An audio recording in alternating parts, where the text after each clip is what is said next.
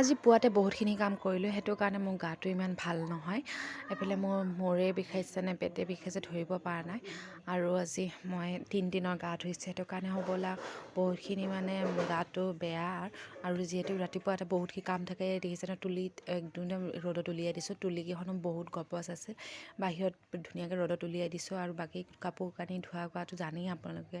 এফালে উলিয়াই দি পেলাই মানে মই অলপ মানে ওজন বস্তু দাঙাৰ কাৰণে পেটৰ মানে অকণমান বিষ কম লাগি আছে। এইফালে বহি আছোঁ, মোৰতো ভাল লগা নাই, গোটেই মানে শৰীৰটোৱে অলপ ভাল লগা নাই। ইফালে সিফালে ৰাস্তাৰ মানুহ চাই পেলাই ৰ'দতে বহি আছোঁ, ঠাণ্ডাও লাগিছে। ৰাতিপুৱাতে গা ধুৱাই পেলাই দেউতাই চাহ দিলে।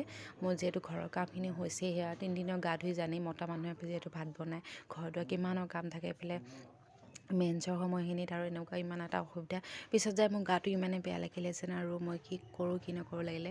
আৰু ভিডিঅ'টো এনেকৈ মই এণ্ড কৰিবলগীয়া হৈ গ'লগৈ, আৰু বিশেষ একো দেখাব নোৱাৰা হ'লোঁ। গাটো ইমান ভাল লগা নাছিলে। আৰু পিছত আকৌ